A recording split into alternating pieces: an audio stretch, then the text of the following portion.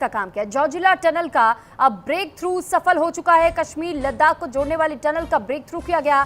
नितिन गडकरी की मौजूदगी में ब्रेक थ्रू सफल रहा है। सीएम और उपराज्यपाल मनोज सिन्हा भी इस दौरान मौजूद रहे। देखिए, ब्रेक थ्रू उस पैटर्न को कहा जाता है जब किसी भी टनल को अगर एक छोर से दूसरे छोर तक जोड़ने के लिए टनल की ओपनिंग होती है, यानी कि वहां से आने और जाने का रास्ता पूरी तरीके से खुल जाता है, उसे ब्रेक थ्रू कहा जाता है। और लद्दाख और कश्मीर को कनेक्ट करने के लिए ये ब्रेक थ्रू किया जा रहा था, जो कि अंतिम पड़ाव इस टनल का।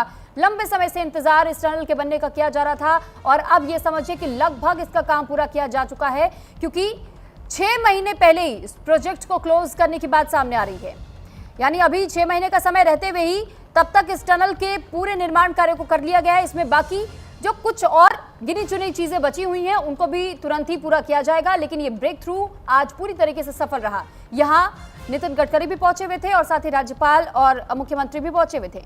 जम्मू कश्मीर और लद्दाख को जोड़ने के लिए एक जोजिला टनल को बनाया गया था। जोजिला पास ये टनल जो कि लद्दाख और कश्मीर में कनेक्टिविटी को मेंटेन रखेगा, खासकर उस दौरान जब पीक विंटर्स के समय में भारी बर्फबारी या हिमस्खलन की जब खबरें आती हैं और ब्लॉकेज होता है ये पूरा रास्ता।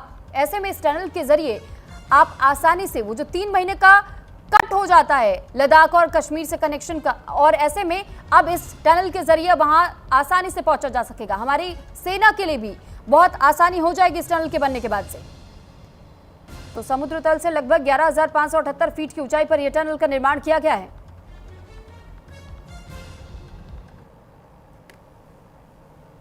मैं आप सभी को, पूरा जैंड के वासियों को बहुत बहुत बधाई देता हूं कि ये अब इस एलिवेशन पे इतना बड़ा टनल बना हुआ है।